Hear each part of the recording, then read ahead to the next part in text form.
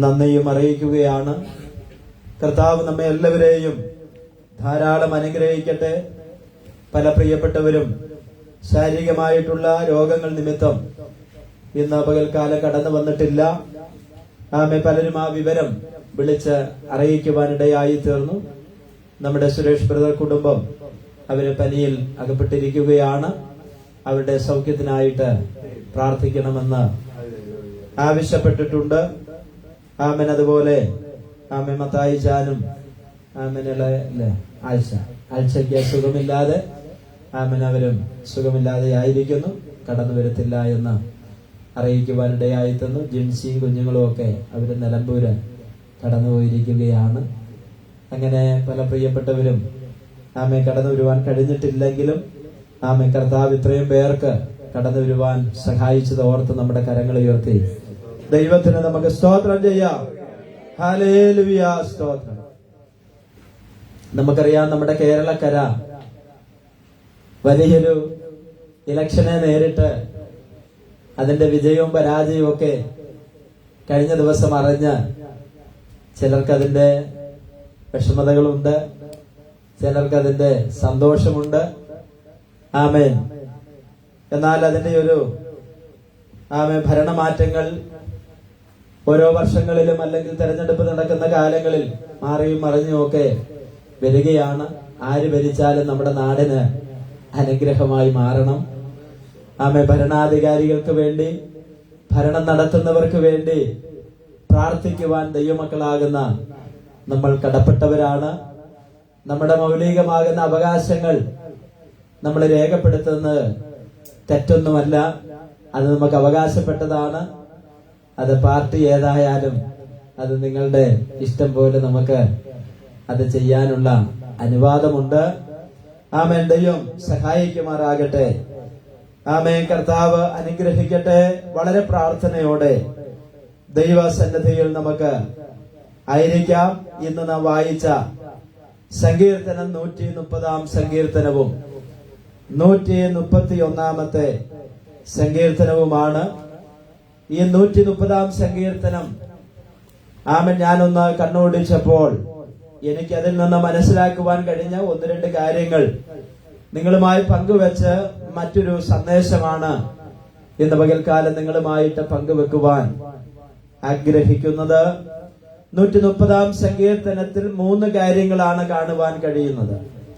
അതിന്റെ 1 മുതൽ 3 വരെയുള്ള വാക്യങ്ങൾ സങ്കീർത്തനക്കാരന്റെ പശ്ചാത്താപമാണ് നമുക്ക് കണക്കാക്കുവാനും കാണുവാനും കഴിയുന്നത്. പശ്ചാത്തപിക്കുന്നവന്റെ പ്രാർത്ഥന. 4 മുതൽ 6 വരെയുള്ള വാക്യങ്ങൾ സഹായത്തിനായിട്ടുള്ള തന്റെ കാത്തിരിപ്പാണ് കാണുവാൻ കഴിയുന്നത്. 7-8 വാക്യങ്ങൾ ദൈവത്തിലുള്ള പ്രത്യാശയെ കുറിച്ച് കാണുകയാണ്. വിശ്വസിക്കുന്നവർക്ക് സൗജന്യമായി ലഭിക്കുന്ന പാപമോചനത്തെ പറ്റിയും ഈ സങ്കീർത്തനത്തിലൂടെ നമുക്ക് കാണുവാൻ കഴിയുന്നുണ്ട്. എന്താണ്? വിശ്വസിക്കുന്നവർക്ക് ലഭിക്കുന്ന പാപ വിമോചനത്തെ പറ്റി ഈ സങ്കീർത്തനം നമ്മെ എന്ത് ചെയ്യുന്നുണ്ട്? പഠിപ്പിക്കുന്നുണ്ട്. ആകുലതയും പാപവും കുറ്റബോധവും മാനസിക വ്യതയൊക്കെ ജീവിതത്തിൽ കടന്നു വന്ന് അതിന്റെ നടുവിലൂടെ കടന്നു പോകുന്ന ഒരു ഭക്തൻ പറയുകയാണ്, ആ 1-ാം വാക്യം വായിക്കുന്ന, യഹോവേ, ആഴത്തിൽ നിന്ന് ഞാൻ എന്ത് ചെയ്യുക? നിന്നോട് നിലവിളിക്കുകയാണ്. ഈ ആഴമെന്ന വാക്ക് അത് ചൂണ്ടിക്കാണിക്കുന്നത് ആ മനുഷ്യ ജീവിതത്തിലുള്ള ആകുലതയെ കുറിച്ചാണ്. ആകുലതയും താൻ അനുഭവിക്കുന്ന പാപത്തിന്റെ അവസ്ഥയും തന്നെ വേട്ടയാടുന്ന കുറ്റബോധവുമാണ്. അവൻ ഇവിടെ ആഴത്തിൽ നിന്ന് ഞാൻ നിന്നോട് നിലവിളിക്കുന്നു എന്ന് പറയുമ്പോൾ ആ ആഴം എന്തിനെയാണ് കാണിക്കുന്നത്? ആകുലത, പാപം, തന്റെ ജീവിതത്തിലുള്ള കുറ്റബോധമൊക്കെ ആമെ മനസ്സിലാക്കിക്കൊണ്ട് താൻ എന്ത് ചെയ്യുകയാണ്?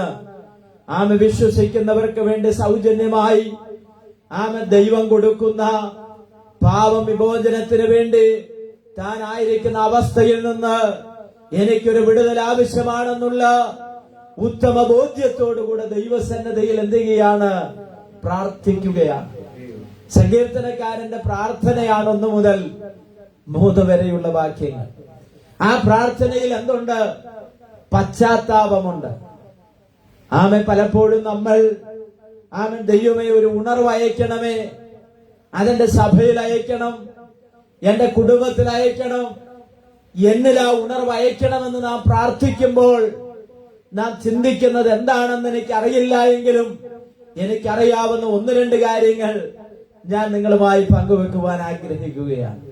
എന്താണ് യഥാർത്ഥമാകുന്ന ആത്മീക ഉണർവെന്ന് പറയുന്നത്? യഥാർത്ഥമാകുന്ന ആത്മീക വളർച്ച എന്ന് പറയുന്നത് ഒരു ദൈവത്തിന്റെ പൈതൽ ദൈവത്തിന്റെ വചനം കേട്ട് അവന്റെ ഹൃദയത്തോട് ആ തിരുവചനം സംസാരിക്കുമ്പോൾ ഉണ്ടാകുന്ന പാപബോധമാണ് യഥാർത്ഥമാകുന്ന ഉണർവെന്ന് പറയുന്നത്. ആമേൻ, സ്തോത്രം. ഒരു ദൈവ പൈതൽ ദൈവത്തിന്റെ വചനം കേട്ട് ആ വചനത്തിന് മുൻപാകെ തനിക്കുണ്ടാകുന്ന കുറ്റബോധമാണ്, ആമേൻ, പശ്ചാത്താപമാണ് യഥാർത്ഥമാകുന്ന ആത്മീക ഉണർവെന്ന് പറയുന്നത്. സ്തോത്രം. അങ്ങനെ ഒരു ആത്മീക ഉണർവിന് ആമേൻ എത്ര പേർക്ക് താല്പര്യമുണ്ട്? കർത്താവേ, അങ്ങനെയുള്ളൊരു കുറ്റബോധം എനിക്കുണ്ടാകണം, അങ്ങനെയുള്ളൊരു പാപബോധം എനിക്കുണ്ടാകണം, അങ്ങനെയുള്ളൊരു പശ്ചാത്താപം എന്റെ അകത്തുണ്ടാകണമെന്ന് ആത്മാർത്ഥമായി പ്രാർത്ഥിക്കുന്നവന്റെ തിരുഹൃദയത്തിലാണ് ദൈവം അത് ചെയ്യുവാനിടയായി തീരുന്നത്. Price the Lord. ആമേൻ, സ്തോത്രം. നമുക്കുണ്ടാകുന്ന ആകുലതയിൽ നിന്ന്, ആമേൻ, ആ പാപബോധത്തിൽ നിന്ന്, ആ കുറ്റബോധത്തിൽ നിന്ന് താൻ പറയുകയാണ്. ഒന്ന് വായിച്ചാട്ടെ. യഹോവേ, ആഴത്തിൽ നിന്ന് ഞാൻ നിന്നോട് നിലവിളിക്കുന്നു. പലരും ആമേൻ ഇങ്ങനെയുള്ള അവസ്ഥയിൽ വായു തുറക്കാതെ ഇരിക്കുമ്പോൾ, പലരും മൗനമായിട്ടിരിക്കുമ്പോൾ, പലരും നിരാശപ്പെട്ട് ഊമനായിട്ടിരിക്കുമ്പോൾ താൻ എന്താ ചെയ്യുന്നറിയാമോ? തന്റെ വാ തുറന്നുകൊണ്ട് ദൈവത്തോട് അപേക്ഷിക്കുകയാണ്. എന്തിനു വേണ്ടി അപേക്ഷിക്കുന്നത്? ഞാനിപ്പോൾ ആയിരിക്കുന്ന ഇപ്പോഴത്തെ അവസ്ഥ എന്ന് പറയുന്നത് ഇങ്ങനെയുള്ളൊരു പാപത്തിന്റെ ആഴത്തിൽ ഞാൻ കിടക്കുകയാ, ഒരു കുറ്റബോധത്തിന്റെ ആഴത്തിൽ ഞാൻ കിടക്കുകയാ. അവിടെ നിന്ന് എന്നെ എന്ത് ചെയ്യണമേ? ഒന്ന് എഴുന്നേൽപ്പിക്കണമേ എന്ന് താൻ എന്ത് ചെയ്യുക? ദൈവത്തോട് നിലവിളിക്കുകയാണ്. അങ്ങനെയുള്ള ഒരു പ്രാർത്ഥന നമ്മുടെ ജീവിതത്തിലില്ല എങ്കിൽ നമുക്ക് പ്രാർത്ഥിക്കാൻ, കർത്താവേ, എന്റെ പ്രാർത്ഥനയിൽ ഇങ്ങനെയുള്ള ഇതുപോലുള്ള പ്രാർത്ഥന എന്റെ അകത്ത് നിന്ന് ഉയരുവാൻ എന്നെ സഹായിക്കണമെന്ന് ദൈവത്തോട് പ്രാർത്ഥിക്കാം. നീ അകൃത്യങ്ങളെ, 3-ാമത്തെ വാക്യം ഒന്ന് വായിച്ച്. യഹോവേ, നീ അകൃത്യങ്ങളെ ഓർമ്മ വെച്ചാൽ കർത്താവേ ആര് നിലനിൽക്കും? സങ്കീർത്തനക്കാരൻ ആമൻ എന്റെ പാപം ക്ഷമിക്കുന്ന, എന്റെ ആകുലത മാറ്റുന്ന, ആമൻ എന്റെ പശ്ചാത്താപം ശ്രദ്ധയോടെ കേൾക്കുന്ന ആമൻ ആ ദൈവത്തോട് താൻ പറയുകയാണ്, യഹോവേ, നീ അകൃത്യങ്ങളെ ഓർമ്മ വെച്ചാൽ ആർക്ക് നിലനിൽക്കാൻ കഴിയും? പാപമില്ലാത്ത, കുറ്റമില്ലാത്ത, പോരായ്മയില്ലാത്ത, ബലഹീനതയില്ലാത്ത, ഒരു കുറവുമില്ലാത്ത ആരെങ്കിലും ഇവിടെ വന്നിട്ടുണ്ടോ? ആരെങ്കിലും ഇവിടെ വന്നിട്ടുണ്ടോ? പൗലോസ് അപ്പോസ്തലൻ പറയുകയാണ്, ആമൻ പാപമില്ല എന്ന് ഞാൻ പറയുകയാണെങ്കിൽ, ആമൻ ഞാനൊരു കുറ്റവും ചെയ്തിട്ടില്ല എന്ന് ഞാൻ പറയുകയാണെങ്കിൽ ഞാൻ ആരാണ്? ആമൻ ദൈവത്തെ വഞ്ചിക്കുന്നു. സ്തോത്രം. Price the Lord. അപ്പോൾ ഇവിടെ തിരുവചനം പറയുകയാണ്, എന്താ പറയുന്നത്? സങ്കീർത്തനക്കാരൻ പറയുകയാണ്, യഹോവേ, നീ അകൃത്യങ്ങളെ ഓർമ്മ വെച്ചാൽ കർത്താവേ ആര് നിലനിൽക്കും? നമ്മുടെ പാപങ്ങളും നമ്മുടെ തെറ്റുകളും നമ്മുടെ കുറവുകളും ദൈവം മായിച്ചു കളയുന്നില്ല എങ്കിൽ ആർക്കും ദൈവസന്നിധിയിൽ തലയുയർത്തി നിൽക്കുവാൻ കഴിയുകയില്ല. നമ്മുടെ പാപത്തെ യേശുവിന്റെ രക്തം കൊണ്ട് എന്ത് ചെയ്യും? മായിച്ചു കളയുന്നതാണ് യേശുവിന്റെ രക്തത്തിന്റെ പ്രത്യേകത. ആമേൻ, സ്തോത്രം.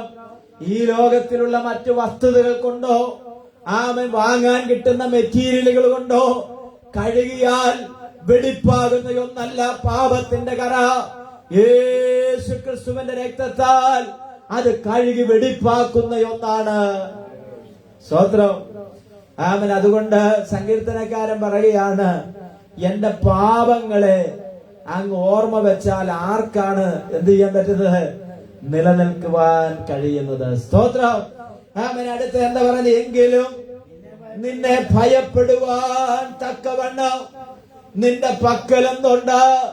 വിമോചനമുണ്ട്. ഒരു വിമോചന നായകന്റെ അടുക്കലാണ് നമ്മൾ വന്നിരിക്കുന്നത്. സ്തോത്രം. ആമേൻ. ലോകത്തിലുള്ള ഭരണാധികാരികൾക്കോ ആമേൻ ഭരണം പിടിക്കാൻ പറ്റിയവർക്കോ പിടിക്കാൻ പറ്റാത്തവർക്കോ ആമേൻ ഒന്നും ചെയ്യാൻ പറ്റാത്ത ഒന്നാണ് പാപവിമോചനം, വീണ്ടെടുപ്പ്. അത് ദൈവത്തിന് മാത്രം മനുഷ്യന് കൊടുക്കുവാൻ പറ്റുന്ന ഒന്നാണ്. ദൈവത്തിന് മനുഷ്യന് കൊടുക്കാൻ പറ്റുന്ന ഒന്നാണ് വീണ്ടെടുപ്പ് എന്ന് പറയുന്നത്. രക്ഷാനിർണയം ആമേൻ മനുഷ്യൻ പ്രാപിക്കുന്നത് ദൈവത്തിൽ നിന്നുള്ള സൗജന്യമായ വീണ്ടെടുപ്പ് നിമിത്തമാണ്. അപ്പോൾ തന്നെ മനുഷ്യന് ദൈവത്തിന് കൊടുക്കാൻ കഴിയുന്ന ഏറ്റവും വലിയ ഒന്നാണ് നന്ദി പ്രകടനമാണ് ആരാധന എന്ന് പറയുന്നത്. ദൈവത്തിന് നമുക്ക് കൊടുക്കുവാൻ കഴിയുന്ന ഏറ്റവും പ്രധാനപ്പെട്ട ഒന്നാണ് എന്ത്? ആരാധന എന്ന് പറയുന്നത്. അതിന്റെ പുറകിലാണ് ബാക്കിയുള്ളത് എല്ലാം. സ്തോത്രം. ആമൻ. ആ ആരാധന നമ്മുടെ അകത്ത് നിന്ന് എന്ത് ചെയ്യണം? ഉണ്ടാകണം. ജീവനുള്ള ആരാധനയായി ദൈവത്തിന് ആമൻ വിശുദ്ധിയും വേർപാടുമുള്ള. നോക്കിയേ, റോമാലേഖനം ഒന്ന് എടുത്താട്ടെ. റോമാലേഖനത്തിൽ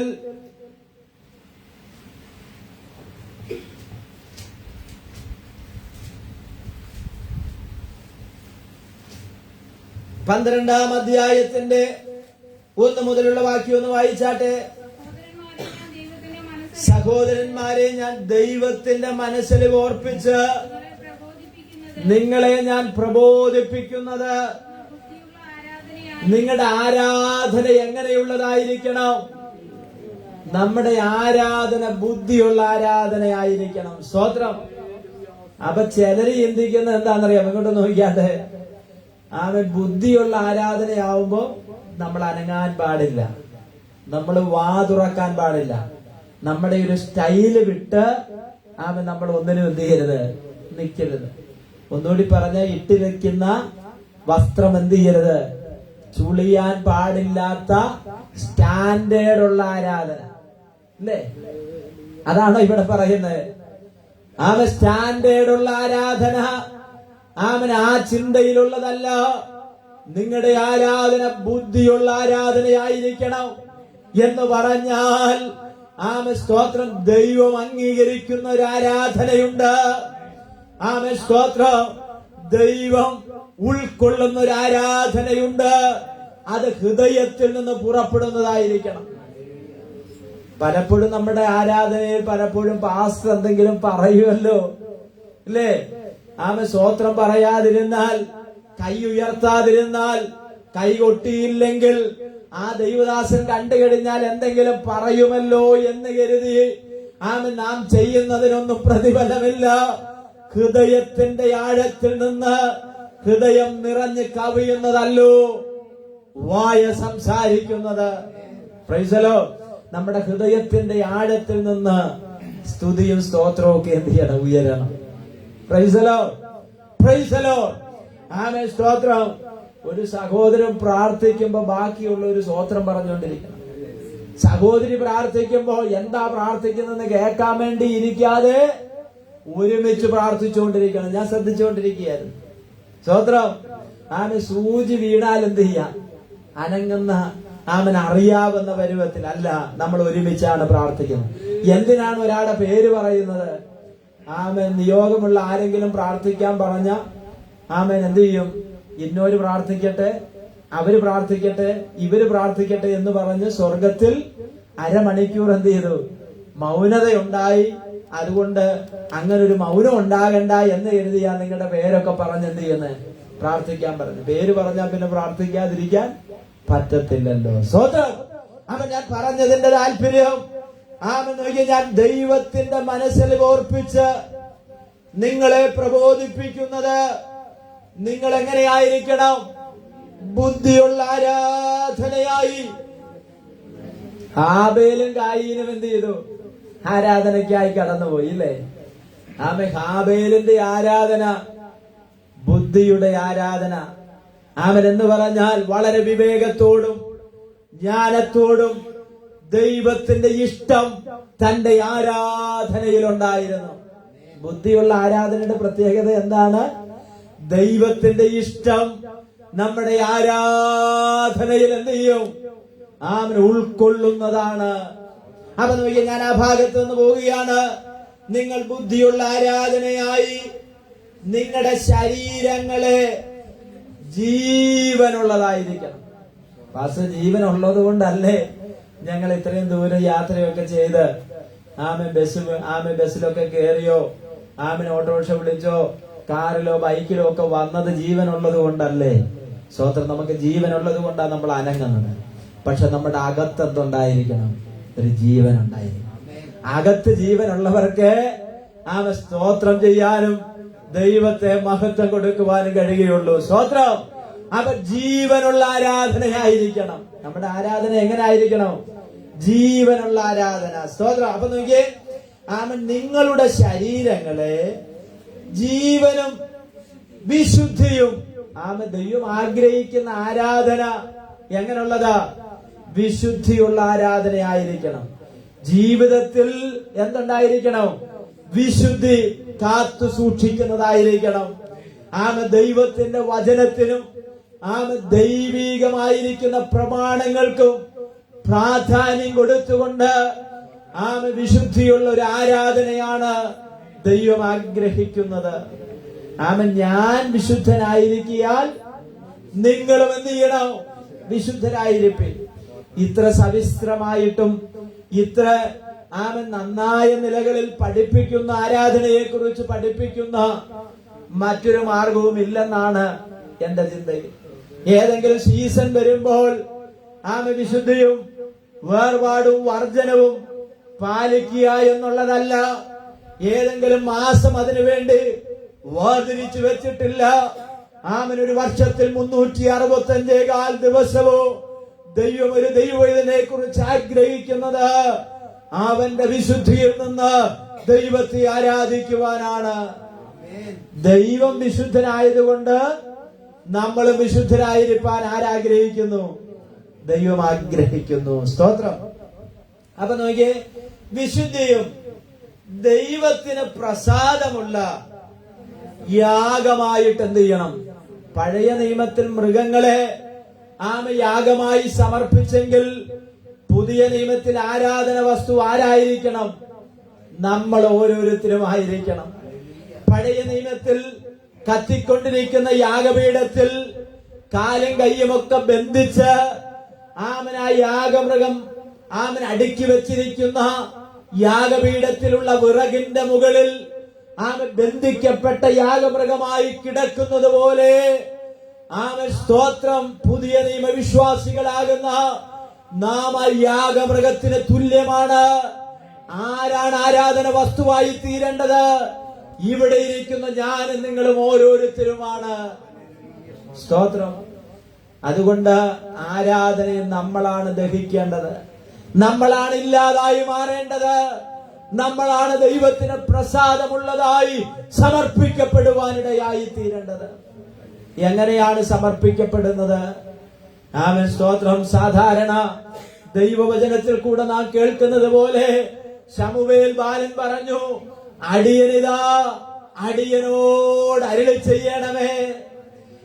മറിയ പറഞ്ഞു, ഞാൻ നിന്റെ ദാസി, നിന്റെ ഹിതം പോലെ എനിക്ക് ഭവിക്കട്ടെ എന്ന് പറഞ്ഞാൽ ദൈവശബ്ദത്തിന് വേണ്ടി ജീവിതം എന്ത് ചെയ്യുകയാണ്? സമർപ്പിച്ചു കൊടുക്കുകയാണ്. സ്തോത്രം. Price the Lord. അപ്പൊ ഇവിടെ പറയുകയാണ്, ദൈവത്തിന് പ്രസാദമുള്ള യാഗമായിട്ട് എന്ത് ചെയ്യുക? സമർപ്പിച്ചു കൊടുക്കുക. അങ്ങനെ സമർപ്പിച്ചു കൊടുക്കുന്ന ആരാധനയിലാണ് സ്വർഗീയ തീ ഇറങ്ങുവാനിടയായി തീരുന്നത്. നമ്മൾ ആരാധന വസ്തുവായി മാറുമ്പോൾ ആരാണ് ദഹിക്കേണ്ടത്? നാം ഓരോരുത്തരുമാണ് ദഹിക്കേണ്ടത്. അത് ദഹിക്കണമെങ്കിൽ സ്വർഗത്തിലെ തീ എന്ത് ചെയ്യണം? ഇറങ്ങുവാനിടയായി തീരണം. അപ്പൊ നമ്മൾ പ്രാർത്ഥിക്കേണ്ടത്, ദൈവമേ എന്നെ ഒന്ന് കത്തിക്കണം, എന്നെ എന്ത് ചെയ്യണം? കത്തിക്കണമേ. ആത്മീയ ആരാധനയിൽ ആത്മാവിന്റെ നിയന്ത്രണത്തിൽ ഞാൻ നിങ്ങളുമായി തീരുവാനിടയായി തീരണം. അപ്പോൾ നമ്മൾ നമ്മുടേതായിരിക്കുന്ന ഒരുപാട് മാനസികമായിട്ടുള്ള ആകുലതകളും ഒത്തിരി ഭാര ചുമടുകളുമായിട്ടായിരിക്കാം നമ്മൾ ഈ ആരാധന യോഗത്തിൽ കടന്നു വന്നത്. എന്നാൽ അതെല്ലാം ദൈവസന്നദ്ധയിൽ ഇറക്കി വെച്ചിട്ട്, ദൈവമേ ഇന്ന് പകൽക്കാല കത്തുന്ന ഒരു ആരാധനയായി എന്നെ ഞാൻ അങ്ങയുടെ കരങ്ങളിൽ സമർപ്പിക്കുന്നു. ഇതാണ് സമർപ്പണം എന്ന് പറയുന്നത്. നാം അല്ലാതായി മാറണം. നമ്മെ തന്നെ ദൈവകരങ്ങളിൽ ഏൽപ്പിച്ചു കൊടുക്കുവാനിടയായി തീരണം. ഈ ലോകത്തിന് അനുരൂപമാകാതെ നന്മയും പ്രസാദവും പൂർണ്ണതയുമുള്ള ദൈവഹിതം ഇന്നതെന്ന് തിരിച്ചറിയേണ്ടതിന് മനസ്സ് പുതുക്കി രൂപാന്തരപ്പെടുക. ദൈവത്തിന്റെ ഹിതം ഇന്നതെന്ന് തിരിച്ചറിയണമെങ്കിൽ നമ്മൾ എന്താണ് ചെയ്യേണ്ടത്? മനസ്സ് പുതുക്കി രൂപാന്തരപ്പെടണം. നമുക്ക് എന്തുണ്ടാകണം? നമുക്കൊരു മാറ്റം ഉണ്ടാകണം, നമുക്കൊരു രൂപാന്തരം ഉണ്ടാകണം. നമ്മുടെ ചിന്തകൾ മാറണം, നമ്മുടെ കണക്കുകൂട്ടലുകൾ മാറണം. നമുക്ക് ദൈവത്തെ കുറിച്ചുള്ള കുറച്ച് അറിവുകളുണ്ട്. എന്നാൽ ആ അറിവ് കൊണ്ട് ഒതുങ്ങുന്നതല്ല, അവസാനിക്കുന്നതല്ല ദൈവം. അതിന്റെ അപ്പുറത്ത് വെളിപ്പെടുന്നവരാണ് നമ്മുടെ ദൈവം. നമ്മുടെ പരിമിതമാകുന്ന ചെറിയ അറിവുകൾ, നമ്മുടെ പരിമിതമാകുന്ന നമ്മുടെ ബുദ്ധികൾ കൊണ്ട് നാം വരച്ചു വെച്ചിരിക്കുന്നതോ, നാം കണക്ക് കൂട്ടിയിരിക്കുന്നതോ, നാം മനസ്സിലാക്കിയിരിക്കുന്നു ഒരു അറിവിന്റെ ഉള്ളിൽ നിൽക്കുന്നവനല്ല ദൈവം.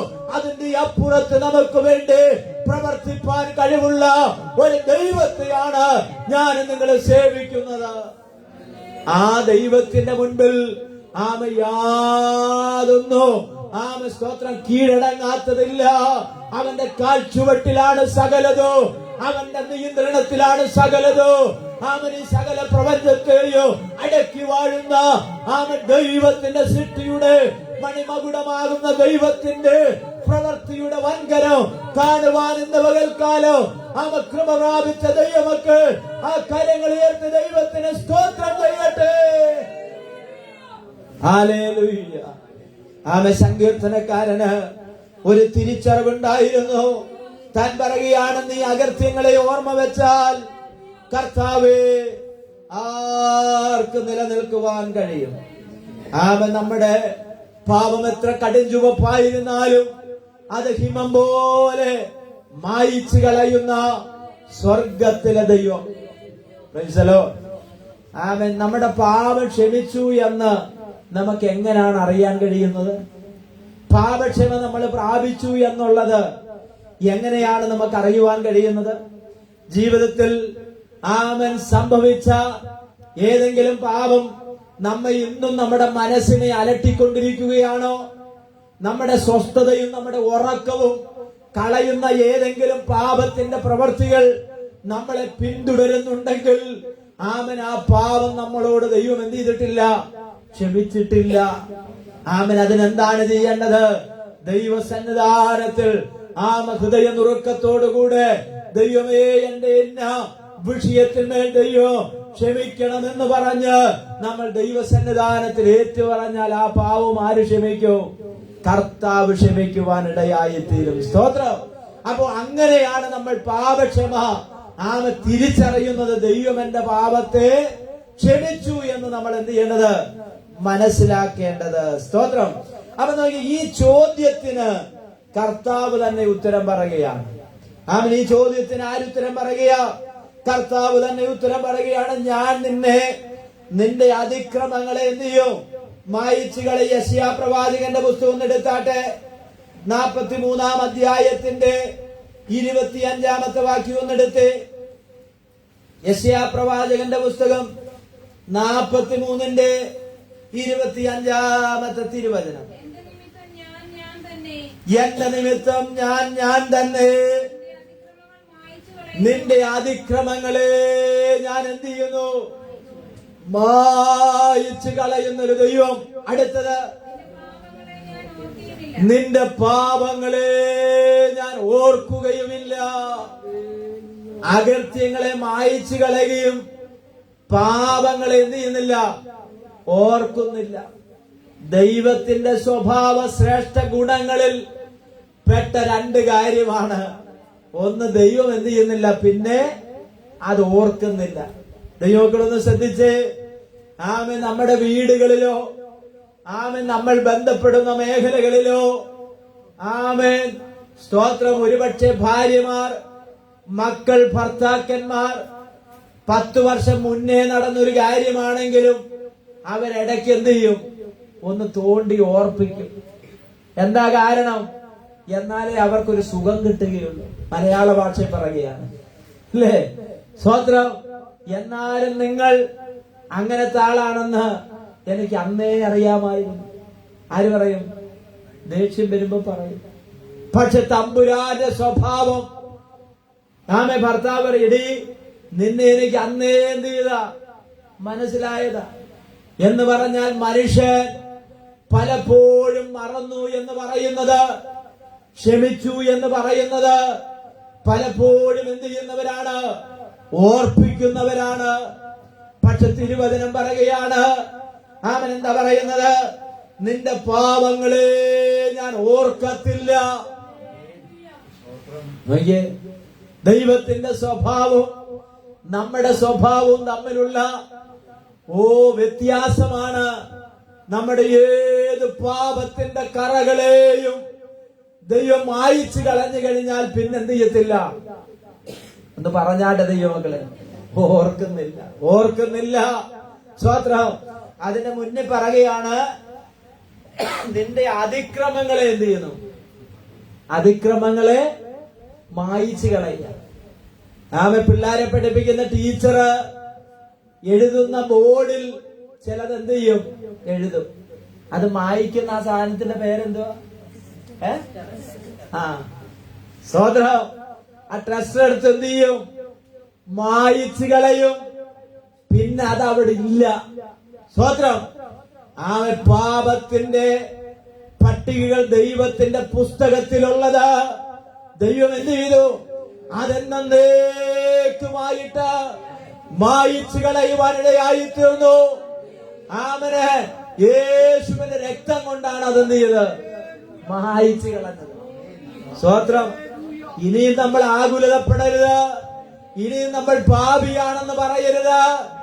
ആമേ, സ്തോത്രം. പാപബോധവും കുറ്റബോധവും ഉണ്ടായാൽ അത് ഏറ്റുപറഞ്ഞ് ദൈവസന്നിധാനത്തിൽ നിരപ്പ് പ്രാപിക്കണം. Praise the Lord. ആമേൻ. അപ്പോൾ ഇവിടെ യെശയ്യാ പ്രവാചകൻ പറയുകയാണ്, ആമേൻ, നിന്റെ അതിക്രമങ്ങളെ ഞാൻ എന്ത് ചെയ്യുന്നു? മായിച്ചു കളയുന്നു. നിന്റെ പാപങ്ങളെ ഞാൻ ഓർക്കുകയുമില്ല. 103-ാം സങ്കീർത്തനം ഒന്ന് പിള്ളേരെടുത്താട്ടെ. 103-ാം സങ്കീർത്തനം അതിന്റെ 12-ാമത്തെ വാക്യം പെട്ടെന്ന് വായിച്ചു. 103:12.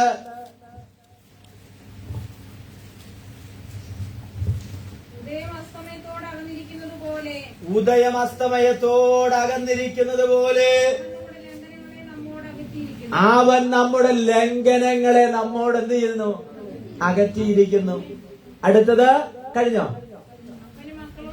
അപ്പന് മക്കളോട് കരുണ തോന്നുന്നത് പോലെ യഹോവയ്ക്ക് തന്റെ ഭക്തന്മാരോട് കരുണ തോന്നുന്നു. നമ്മൾ പറയുന്ന പരാതി എന്താ? ആമൻ, എന്നോട് വാസ്തേ ആർക്കും ഒരു കരുണയില്ല. എന്നോട് വാസ്തേ ആർക്കും ഒരു കരുണയുമില്ല. പക്ഷെ ഇന്ന് പകൽക്കാലം ഞാൻ പറയാ, ഒരപ്പന് മക്കളോട് കരുണ തോന്നുന്ന പോലെ ദൈവത്തിന് തന്റെ ഭക്തന്മാരോട് കരുണ തോന്നുന്നു. സ്തോത്രം. Price the Lord. ആമൻ. ആ വാക്യം ഒന്നുകൂടി ഒന്ന്, ആമൻ, ആരംഭം തൊട്ട് ആ 12-ാം വാക്യം ഒന്നുകൂടി ഒന്ന് വായിക്കണം. അകന്നിരിക്കുന്നത് പോലെ അവൻ നമ്മുടെ ലംഘനങ്ങളെ നമ്മോട് എന്ത് ചെയ്തിരിക്കുന്നു? അകറ്റിയിരിക്കുന്നു. അപ്പോ യെശയ്യാ പ്രവാചകന്റെ പുസ്തകത്തിൽ നമ്മൾ വായിച്ചത് എന്താണ്? അവൻ നമ്മുടെ പാപങ്ങളെ മായിച്ചു കളയുന്നു, അവൻ നമ്മുടെ അകൃത്യങ്ങളെ ഓർക്കുന്നില്ല. ഇപ്പൊ ഇവിടെ എന്താ പറയുന്നത്? അവൻ ഉദയമസ്തമയത്തോട് അകന്നിരിക്കുന്നത് പോലെ നമ്മുടെ ലംഘനങ്ങളെ നമ്മോട് എന്ത് ചെയ്തിരിക്കുന്നു? അകറ്റിയിരിക്കുന്നു. നമ്മുടെ ലംഘനങ്ങളെ നമ്മളോട് അകറ്റാൻ കഴിയുന്നതാണ് നമ്മുടെ കർത്താവിന്റെ കാൽവറി ക്രൂശ്. Price the Lord. നമ്മുടെ കാൽവറി ക്രൂശിന് മാത്രമേ ആ ലംഘനങ്ങളിൽ നമ്മളെ അകറ്റി നിർത്തുവാൻ കഴിയുകയുള്ളൂ. ഇവിടുത്തെ മനുഷ്യന്റെ കണ്ടുപിടുത്തങ്ങളെല്ലാം അസ്ഥാനത്താണ്. എന്തിനാ കർത്താവ് ക്രൂശി മരിച്ച്? പിള്ളേരെന്ന് പറഞ്ഞാട്ടെ, എന്തിനാ കർത്താവായ യേശു കാൽവറി ക്രൂശി മരിച്ചത്? എന്തിനാ? നേരെ എന്തിനാ? നമ്മളെ എന്തിൽ നിന്ന്? പാപത്തിൽ നിന്ന് വീണ്ടെടുക്കുവാൻ, നമ്മുടെ അകൃത്യങ്ങളെ എന്ത് ചെയ്യാൻ? അകറ്റിക്കളയുവാൻ, നമ്മുടെ പാപങ്ങളെ എന്ത് ചെയ്യുവാൻ? മായിച്ചു കളയുവാൻ. സ്തോത്രം. യെശയ്യാവിന്റെ പുസ്തകത്തിൽ മറ്റൊരു വാക്യം കൂടിയുണ്ട്. 44 22 വാക്യം ഇങ്ങനെയാണ് പറയുന്നത്: ഞാൻ കാർമുകിലിനെ പോലെ നിന്റെ ലംഘനങ്ങളെയും മേഘത്തെ പോലെ നിന്റെ പാപങ്ങളെ എന്ത് ചെയ്യുന്നു? മായിച്ചു കളയുന്നു. മേഘത്തെ പോലെ നിന്റെ പാപം. മേഘം എപ്പോഴും കാണും. നമ്മൾ പറയും ഇന്ന് രാവിലെ തൊട്ട് ഇച്ചിരി കാർമേഘം, ചിലപ്പോ നാളെ അത് കാണണമെന്നില്ല, ഇന്ന് ഉച്ച കഴിഞ്ഞാൽ അത് കാണണമെന്നില്ല എന്ന് പറഞ്ഞാൽ അവൻ നിലനിൽക്കുന്നതല്ല. ഇവിടെ പറയുന്നു, നിന്റെ ലംഘനങ്ങളെ മേഘത്തെ പോലെ നിന്റെ പാപങ്ങളെയും മായിച്ചു കളയുന്നു. അപ്പൊ യേശു എന്റെ പാപത്തെ മായിച്ചു കളഞ്ഞു, യേശു എന്റെ ലംഘനങ്ങളെ അകറ്റിയെന്ന് വിശ്വാസമുള്ള ദൈവമക്കളും പ്രിയ കുഞ്ഞുങ്ങളെ കരങ്ങൾ ഉയർത്തി ദൈവത്തിനൊരു സ്തോത്രം ചെയ്താട്ടെ. ഹല്ലേലൂയ. പുതിയ നിയമ വെളിച്ചത്തിൽ ദൈവ സൗജന്യമായി കൊടുക്കുന്ന പാപമോചനത്തെയാണ് നമുക്ക് മനസ്സിലാക്കി തരുന്നത്. ഈ രക്ഷയ്ക്ക് ആരുടെയും പ്രതിഫലം ദൈവം എന്ത് ചെയ്യുന്നില്ല? ആഗ്രഹിക്കുന്നില്ല. ആത്മരക്ഷയ്ക്ക് ദൈവം മനുഷ്യന്റെ കയ്യിൽ നിന്ന് ഒരു പ്രതിഫലവും എന്ത് ചെയ്യുന്നില്ല? കൈപ്പറ്റുന്നില്ല. ഉണ്ടോ? മനുഷ്യന്റെ പാപമോചനത്തിന് ദൈവം മനുഷ്യന്റെ കയ്യിൽ നിന്ന് ഒന്നും കൈപ്പറ്റുന്നില്ല. മീകാ പ്രവചനം ഒന്ന് എടുത്താട്ടെ. മീകാ പ്രവചനം 7-ാം അധ്യായത്തിന്റെ 18-ാമത്തെ വാക്യം ഒന്ന് വായിക്കണം. മീകാ പ്രവചനം.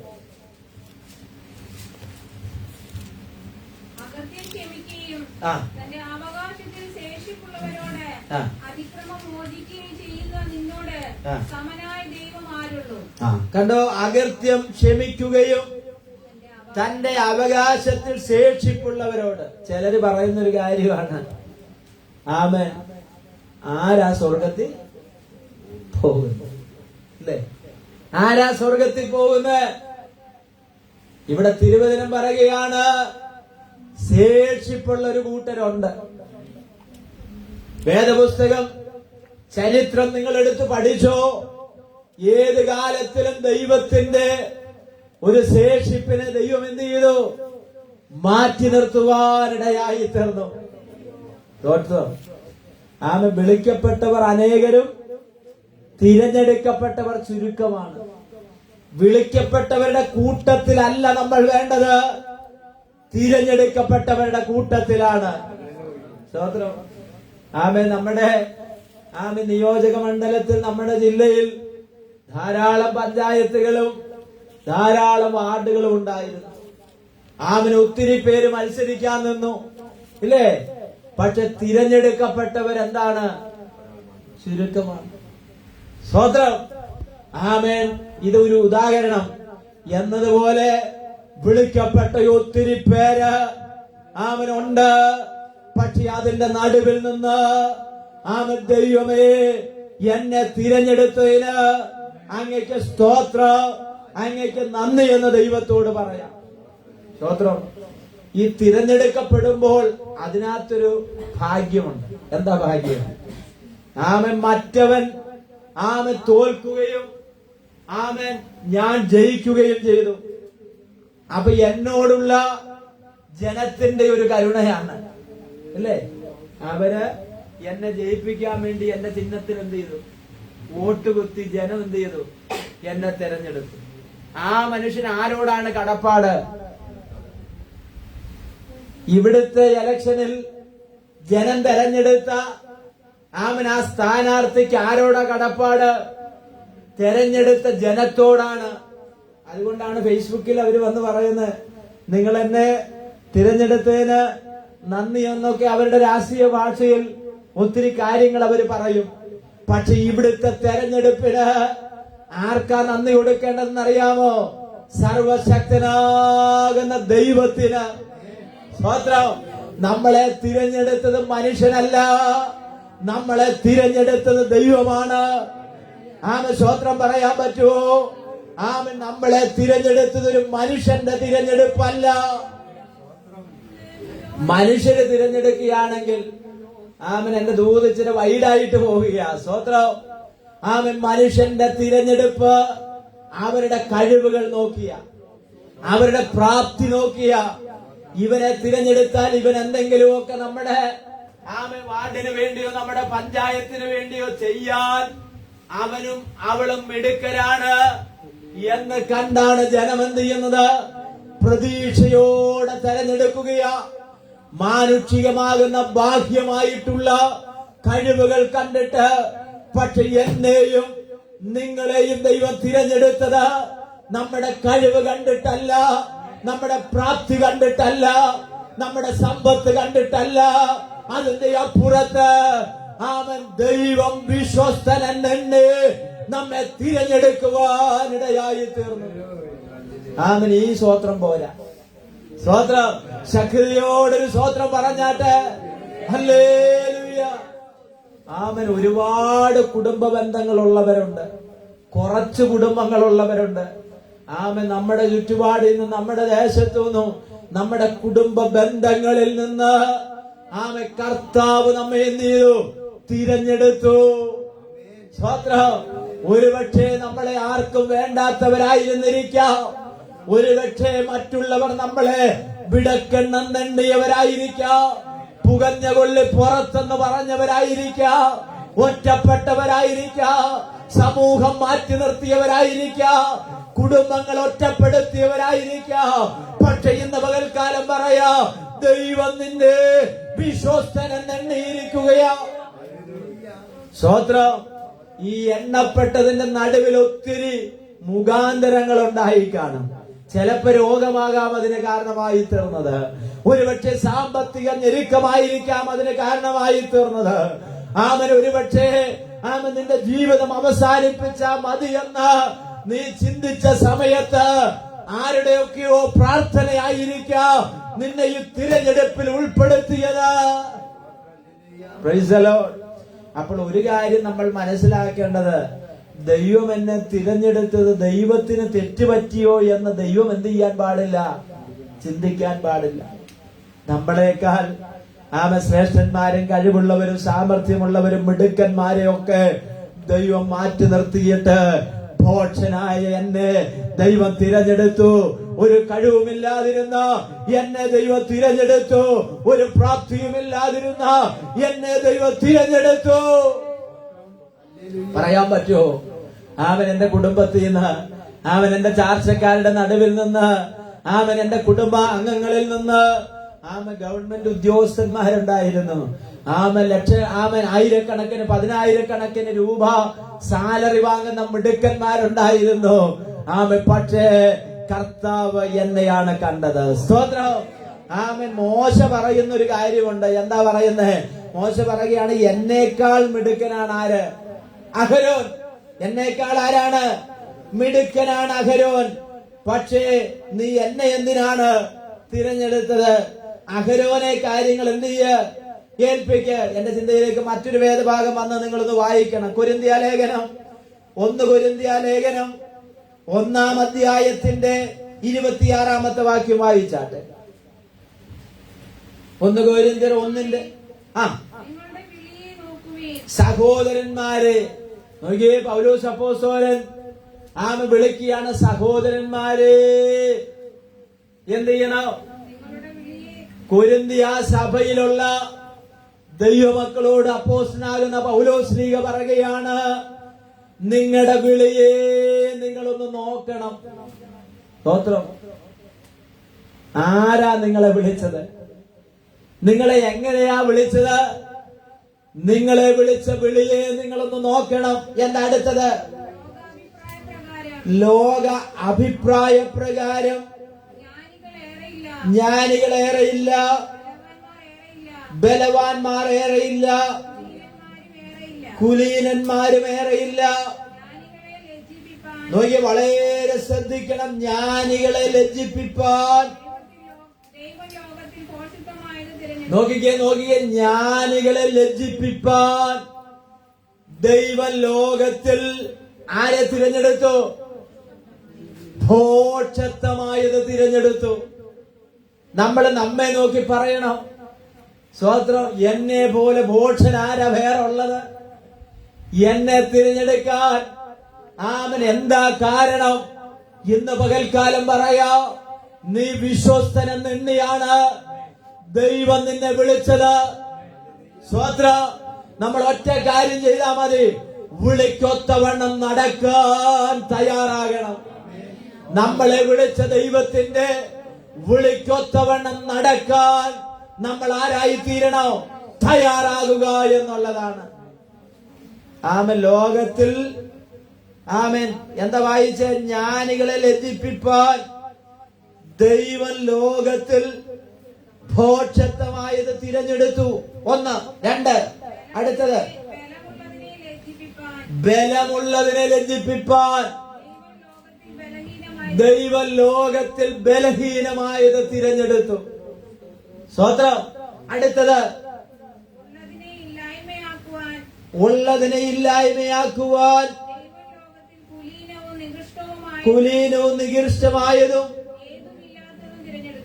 ദൈവം ഏതുമില്ലാത്തതും തിരഞ്ഞെടുത്തു. ദൈവസന്നദ്ധിയിൽ ഒരു ജഡവും ഇതെന്തിനാ അങ്ങനെ ചെയ്തതെന്നറിയാമോ? ദൈവസന്നദ്ധിയിൽ എന്റെ മിടുക്കുകൊണ്ടാണെന്ന് ആരും എന്ത് ചെയ്യരുത്. നമ്മൾ എന്തെങ്കിലുമൊക്കെ ആയിട്ടുണ്ടെങ്കിൽ ഒരു കാര്യം ഞാൻ പറയാം, നമ്മുടെ കഴിവുകൊണ്ടാണെന്ന് ചിന്തിക്കരുത്. സ്തോത്രം. നമുക്ക് പനി വന്നു, മരുന്ന് വാങ്ങി കഴിച്ചു, ആ പനി മാറിയത് ഗുളികയുടെ 100% ഗുണം കൊണ്ടാണെന്ന് ചിന്തിക്കരുത്. പലർക്കും ആ മരുന്ന് കഴിച്ചിട്ട് ശരീരത്തിൽ പല കേടുപാടുകളും സംഭവിച്ചു. സ്തോത്രം. പലരും ഓപ്പറേഷന് വേണ്ടി ഓപ്പറേഷൻ തിയേറ്ററിൽ കയറി ആ തിയേറ്ററിൽ വെച്ച് ആ രോഗി മരണപ്പെട്ടിട്ടുണ്ട്. ഒന്നല്ല, ഒത്തിരി വാർത്തകൾ നിങ്ങൾ കേട്ടിട്ടുള്ളവരാണ്. ഇന്ന് പകൽക്കാലം ഞാൻ പറയാം, ദൈവത്തിന്റെ കരുണയൊന്ന് മാത്രമാണ്. സ്തോത്രം. അതുകൊണ്ട് പറയും, ഒരു ജഡവും എന്ത് ചെയ്യരുത്, പ്രശംസിക്കരുത്. എന്റെ കഴിവാണ്, എന്റെ മിടുക്കാണ്, എന്റെ ആരോഗ്യമാണ്, എന്റെ സൗന്ദര്യമാണ്, ഞാൻ എന്റെ കുടുംബത്തിൽ പിറന്നത് കൊണ്ടാണ് എന്നൊന്നും ചിന്തിക്കരുത്. എന്തെങ്കിലുമൊക്കെ ഉണ്ടെങ്കിൽ അത് തീരാനും അധികം സമയമൊന്നും വേണ്ട. ഒരു ആശുപത്രിയിൽ ഒന്ന് മൗലാനയിലൊക്കെ ഒന്ന് കയറി 2 ആഴ്ച കിടന്നിട്ടൊന്ന് ഇറങ്ങിയാൽ സ്തോത്രം ഉള്ളതൊക്കെ എന്ത് ചെയ്യും? 2 മാസം കിടന്നാൽ ഒന്ന് സ്തോത്രം പറയാൻ പറ്റുമോ? നമുക്ക് ആർക്കും അസുഖം ഇല്ലാഞ്ഞിട്ട് രോഗമൊന്നും വരാഞ്ഞിട്ട് ഒന്നും അല്ല, പക്ഷെ തമ്പുരാൻ നമ്മളെ കിടത്തിയില്ലെന്ന് മാത്രം. സ്തോത്രം. ശക്തിയോടെ ദൈവത്തിന് സ്തോത്രം പറ. ഹല്ലേലൂയ. ഒരു ആശുപത്രി മതി ആളുകളെ ദരിദ്രരാക്കുവാൻ. തമ്പുരാൻ പറയുകയാണ്, ആരും തന്റെ ജഡത്തിൽ എന്ത് ചെയ്യരുത്, പ്രശംസിക്കാൻ കാരണമാകരുത്. ഇന്ന് നമുക്കിവിടെ ഈ ആരാധന യോഗത്തിന് കടന്നു വരുവാൻ കഴിഞ്ഞത് ദൈവത്തിന്റെ കരുണ. സ്തോത്രം. ഇന്ന് പകൽക്കാലം വരാനുള്ള സാഹചര്യം ഉണ്ടായിട്ടല്ല, ദൈവം നമുക്ക് ഒരുക്കി തന്ന് നമ്മളെ കൊണ്ടുവന്നത് ദൈവത്തിന്റെ കരുണയാണെന്ന് വിശ്വസിക്കുന്ന ദൈവമക്കൾ ദൈവത്തിന് സ്തോത്രം പറ. Hallelujah, price the Lord. അപ്പൊ ഇവിടെ പറയുകയാണ്, ദൈവസന്നിധിയിൽ ഒരു ജഡവും പ്രശംസിക്കാതിരിക്കേണ്ടതിന് തന്നെ. ദൈവസന്നിധിയിൽ ആർക്കും കോളർ പൊക്കാനുള്ള, ഞാൻ വലിയവനാണെന്നോ ഞാൻ എന്തൊക്കെയാണെന്നുള്ള ഭാവമൊന്നും ദൈവസന്നിധിയിൽ വേണ്ട. സ്വന്തം ഉള്ളവനും ദൈവമേ എന്ന് പറഞ്ഞ് ദൈവസന്നിധാനത്തിൽ കവിണ്ണു വീഴുവാനിടയായി തീരണം. ഹല്ലേലൂയ. നോക്കിയ, പ്രശംസിക്കാതിരിക്കേണ്ടതിന് തന്നെ. അടുത്ത വാക്യം എന്താ വായിക്കുന്നു? 30. നിങ്ങളോ അവനാൽ ക്രിസ്തുയേശുവിൽ ഇരിക്കുന്നു. എന്താ കാരണം എന്ന് പറയുമ്പോ, നിങ്ങള് അവനാൽ ക്രിസ്തുയേശുവിൽ ഇരിക്കുന്നു. ആമേൻ. നമ്മളെ തിരഞ്ഞെടുത്ത ദൈവത്താൽ നമ്മൾ ആരിലിരിക്കുന്നു? ക്രിസ്തുവിലിരിക്കുന്നവരാ. നമ്മൾ ആരാണ്? ക്രിസ്തുവിന്റെ പത്രങ്ങളാണ്. നമ്മൾ ആരാണ്? ക്രിസ്തുവിന്റെ സാക്ഷികളാണ്. നമ്മൾ ആരാണ്? ക്രിസ്തുവിന്റെ ദൈവം ഉപയോഗിക്കുന്ന ആയുധങ്ങളായിട്ട് ഞാനും നിങ്ങൾ മാറും. സ്തോത്രം, പ്രൈസ് ദി ലോർഡ്.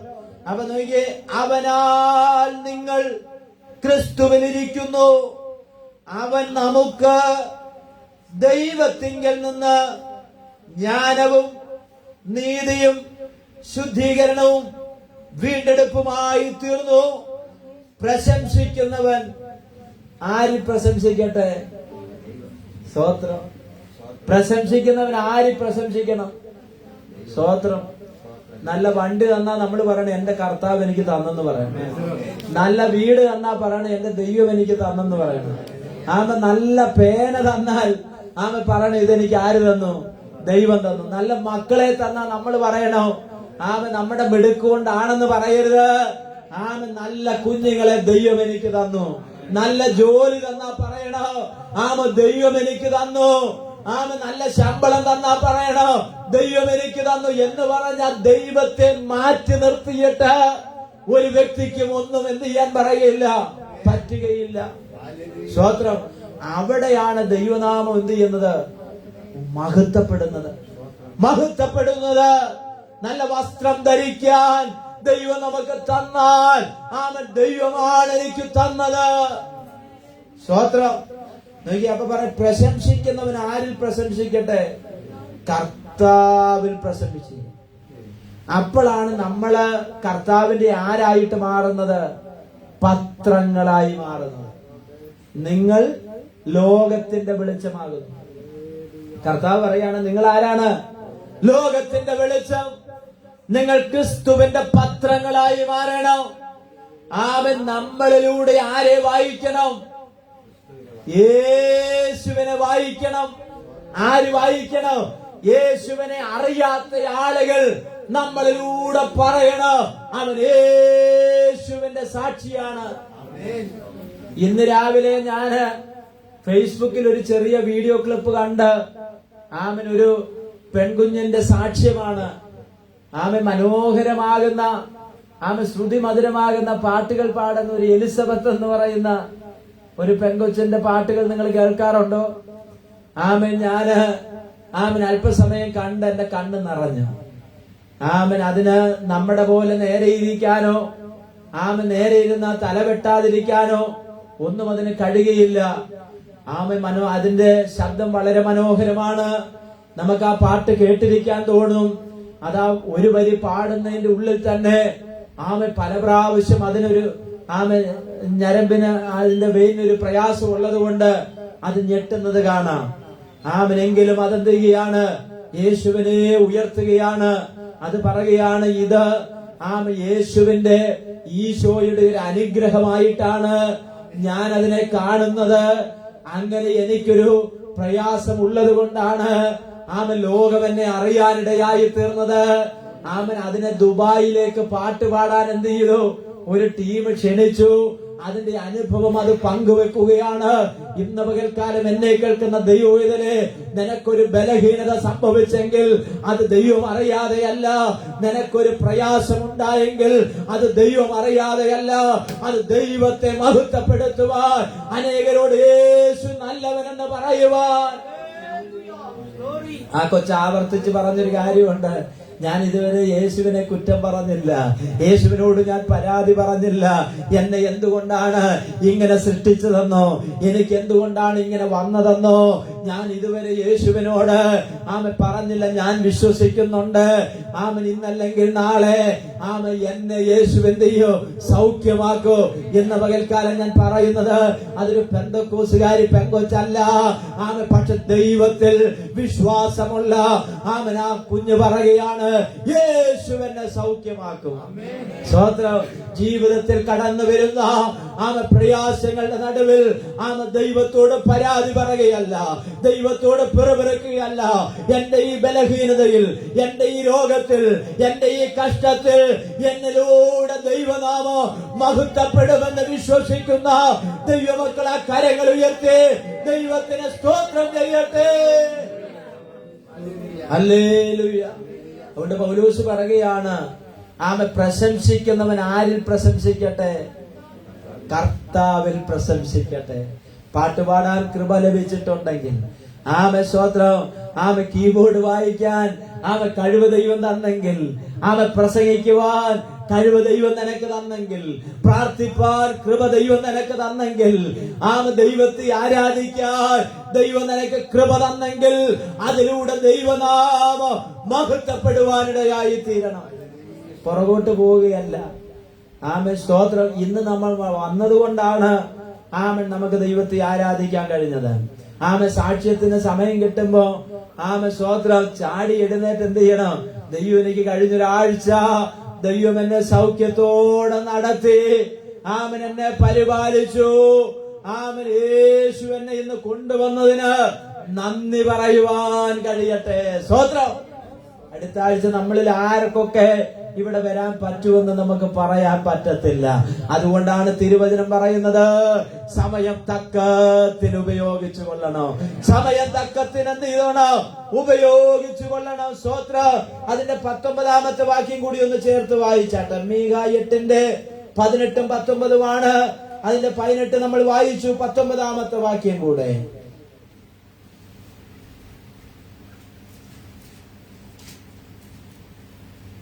അകൃത്യം ക്ഷമിക്കുകയും തന്റെ അവകാശത്തിൽ ശേഷിപ്പുള്ളവരോട് അതിക്രമം മോചിക്കുകയും ചെയ്യുന്ന നിന്നോട് സമനായ ദൈവമാരുള്ള ഒരു ചോദ്യമാണ്. പ്രവാചകന്മാരിൽ മീഖാ പ്രവാചകൻ ചോദിക്കുകയാണ്, നിന്നോട് സമനായ ആരെങ്കിലും ഉണ്ടോ? സ്തോത്രം. അടുത്ത എന്താ പറയുന്നത്?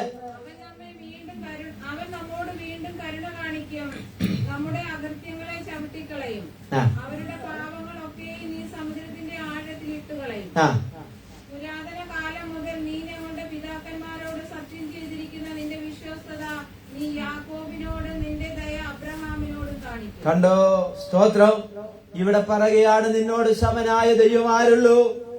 അവൻ എന്നേക്കും കോപം വെച്ചുകൊള്ളുന്നില്ല. ദയയിലല്ലോ അവന് പ്രസാദമുള്ളത്. ദൈവം എന്നും നമ്മളോട് എന്ത് ചെയ്യുന്നില്ല? കോപം വെച്ചുകൊണ്ടിരിക്കുന്നില്ലെന്ന്. സ്തോത്രം. ഇപ്പൊ വീട്ടില് പിണങ്ങി നടക്കുന്നവര് ഓർത്തോണം. ഭർത്താവിനോട് മിണ്ടാതെ പിണക്കം വെച്ച് നടക്കുന്നവർ ഓർത്തോണം, ദൈവം എന്ത് ചെയ്യുന്നില്ല? കോപം വെച്ചുകൊണ്ട് നടക്കുന്നില്ല. ആമേൻ. സ്തോത്രം. നോക്കി ഇവിടെ പറയുകയാണ്, അവൻ എന്നേക്കും കോപം വെച്ചുകൊള്ളുന്നില്ല. ദയയിലല്ലോ അവൻ പ്രസാദിക്കുന്നത്. അവൻ നമ്മോട് വീണ്ടും എന്ത് ചെയ്യുകയാണ്? കരുണ കാണിക്കുന്നു. നമ്മുടെ അകൃത്യങ്ങളെ ചവിട്ടിക്കളയും. അവരുടെ പാപങ്ങളെയൊക്കെയും നീ സമുദ്രത്തിന്റെ ആഴത്തിൽ എന്ത് ചെയ്യും? ഈ സമുദ്രത്തിന്റെ ആഴത്തിൽ ഇട്ട് കളഞ്ഞാൽ പിന്നെന്ത് ചെയ്യത്തില്ല? അത് പൊങ്ങി വരത്തില്ല. സ്തോത്രം. അതങ്ങ് ഒഴുകി എന്ത് ചെയ്തോളും? എവിടോട്ടെങ്കിലും പോയിക്കോളും. കെദ്രോൻ തോട്ടിലേക്ക് വലിച്ചെറിയുന്നത് പോലെ, സമുദ്രത്തിന്റെ ആഴത്തിലേക്ക് വലിച്ചെറിയുന്നത് പോലെയാണ് ദൈവം നമ്മുടെ പാപങ്ങളെയും നമ്മുടെ കടങ്ങളെയും നമ്മോട് അകറ്റിയിരിക്കുന്നത്. സ്തോത്രം. അപ്പൊ സങ്കീർത്തനക്കാരൻ പറയുകയാണ്, ആമേൻ, യഹോവേ, ആഴത്തിൽ നിന്ന് ഞാൻ നിന്നോട് എന്ത് ചെയ്യുന്നു? നിലവിളിക്കുന്നു. കർത്താവേ, എന്റെ പ്രാർത്ഥന കേൾക്കണമേ. നിന്റെ ചെവി എന്റെ യാചനകൾക്ക് ശ്രദ്ധിച്ചിരിക്കണമേ. യഹോവേ, നീ അകൃത്യം ഓർമ്മ വെച്ചാൽ കർത്താവേ, ആര് നിലനിൽക്കും? എങ്കിലും നിന്നെ ഭയപ്പെടുവാൻ തക്കവണ്ണം നിന്റെ പക്കൽ വിമോചനമുണ്ട്. ഞാൻ യഹോവയ്ക്കായി കാത്തിരിക്കുന്നു, എന്റെ ഉള്ളം കാത്തിരിക്കുന്നു. അവന്റെ വചനത്തിൽ ഞാൻ പ്രത്യാശ വെച്ചിരിക്കുന്നു. ഈ ദൈവവചനത്തിൽ പ്രത്യാശ വെക്കണമെങ്കിൽ നമ്മൾ എന്ത് ചെയ്യണമെന്നറിയാമോ? വചനം വായിക്കുന്നവരായി തീരണം. ആമേൻ. ഞായറാഴ്ച ആരാധനയ്ക്ക് കൊണ്ടാകാൻ വേണ്ടി ആമേൻ മാത്രമല്ല, പിന്നെയോ ആമേൻ എല്ലാ ദിവസവും നമ്മൾ വചനം എന്ത് ചെയ്യണം? വായിക്കണം. അപ്പോഴാണ് വചനം നമ്മോട് സംസാരിക്കും. ദൈവത്തിന്റെ വചനം നമ്മളോട് എന്ത് ചെയ്യോ? സംസാരിക്കൂ. ആ വചനം നമ്മൾ വായിക്കുമ്പോൾ ദൈവം നമ്മോട് ഇടപെടുവാനിടയായി തീരും. സങ്കീർത്തനക്കാരൻ പറയുകയാണ്, ഞാന് യഹോവയ്ക്കായിട്ട് എന്ത് ചെയ്യുന്നു? കാത്തിരിക്കുന്നു. എന്താ നമ്മുടെ കാത്തിരിപ്പിന്റെ ലക്ഷ്യം? സ്വർഗത്തിലെ ദൈവം എന്ത് ചെയ്യും? തന്റെ പുത്രനെ വീണ്ടും ഈ ലോകത്തിലേക്ക് എന്ത് ചെയ്യും? അയക്കോ. ആകാശമേഘത്തിൽ യേശു വരും. എന്തിനു വേണ്ടിയാണ്? തന്റെ ഭക്തന്മാരെ, തന്റെ സഭയെ യേശു ചേർക്കുവാൻ വേണ്ടി. നമ്മുടെ കണ്ണുകൾ ദൈവസന്നിധിയിൽ നമുക്ക് അടയ്ക്കാം. ഒരു നിമിഷം നമ്മെ തന്നെ ദൈവകരങ്ങൾ സമർപ്പിച്ചു കൊടുക്കാം. ഇന്ന് പകൽക്കാലം നമ്മെ കേൾപ്പിച്ച തിരുവചനത്തിനായി നമുക്ക് സ്തോത്രം ചെയ്യാം. സങ്കീർത്തനക്കാരൻ പറയുകയാണ്, യഹോവേ, ആഴത്തിൽ നിന്ന് ഞാൻ നിന്നോട് നിലവിളിക്കുകയാണ്. തന്റെ ജീവിതത്തിൽ ഒത്തിരി ആകുലതകളും ഒത്തിരി പ്രയാസങ്ങളും പാപകരമായിട്ടുള്ള അവസ്ഥയുടെ ആഴങ്ങളിലൂടെ താൻ കടന്നുപോയപ്പോൾ തനിക്ക് മനസ്സിലായി, സൗജന്യമായി കൊടുക്കുന്ന പാപം വിമോചന ഞാൻ വിശ്വസിക്കുന്ന ദൈവത്തിന്റെ പക്കലുണ്ട്. നമ്മുടെ ജീവിതത്തിൽ ആരോടും പറയുവാൻ കഴിയാത്തത് തുറന്നു പറയുവാൻ കഴിയുന്ന ഒരു നല്ല സ്നേഹിതനാണ് നമ്മുടെ കർത്താവ്. നമ്മുടെ ഭാരങ്ങൾ ഇറക്കി വെക്കുവാൻ, നമ്മുടെ വേദനകൾ ചുമക്കുന്ന, നമ്മുടെ സങ്കടങ്ങൾ അറിയുന്ന, നമ്മുടെ കണ്ണുനീരൊപ്പുന്ന, നമ്മുടെ ഹൃദയത്തിലെ ചിന്തകൾ അവിടുന്ന് ദൂരത്തിലെന്ന് അറിയുന്ന ദൈവത്തിന്റെ മുൻപിൽ നമ്മുടെ ഭാരങ്ങൾ ഇറക്കി വെക്കുവാൻ കഴിയട്ടെ. നിന്റെ ഭാരം എന്റെ മേലിട്ടുകൊള്ളുക, ഞാൻ നിന്നെ പുലർത്താമെന്ന് പറഞ്ഞ ഒരു കർത്താവിന്റെ സാന്നിധ്യം എന്ന പകൽക്കാലം ഈ കൂട്ടായ്മയുടെ നടുവിലുണ്ട്. എല്ലാ കണ്ണുകളും ദൈവസന്നിധാനത്തിലും നടച്ചാട്ടെ. എല്ലാവരും തലകൾ വണക്കിക്കൊണ്ട് ആമനൊന്ന് പ്രാർത്ഥിച്ചാട്ടെ. കർത്താവ്, ഈ തിരുവചനത്തിന് മുൻപാകെ ഞാൻ എന്നെ തന്നെ സമർപ്പിക്കുകയാണ്. ആമൻ. നമ്മുടെ ഹൃദയം ഒന്ന് ഉടയട്ടെ, നമ്മുടെ മനസ്സൊന്ന് തകരട്ടെ. എന്ന പകൽക്കാലം നമ്മെ തൊടുന്ന ഒരു കർത്താവ് നമ്മുടെ നടുവിൽ കടന്നു വന്നിട്ടുണ്ട്. ഹല്ലേലൂയ, ഹല്ലേലൂയ. ആമേൻ. കർത്താവ് ഇന്ന് പകൽക്കാലം സംസാരിച്ച തിരുവചനം എന്നോടുള്ള തിരുവചനമാണ്. എന്റെ കുടുംബത്തോടുള്ള ദൈവിക ആലോചനയാണ്. എന്റെ സഭയോടുള്ള ദൈവിക ദൂതാണെന്ന്, എന്റെ തലമുറയോടുള്ള ദൈവിക സന്ദേശമാണെന്ന് ഇന്ന് പകൽക്കാലം ഞാനത് വിശ്വസിക്കുകയാണ്.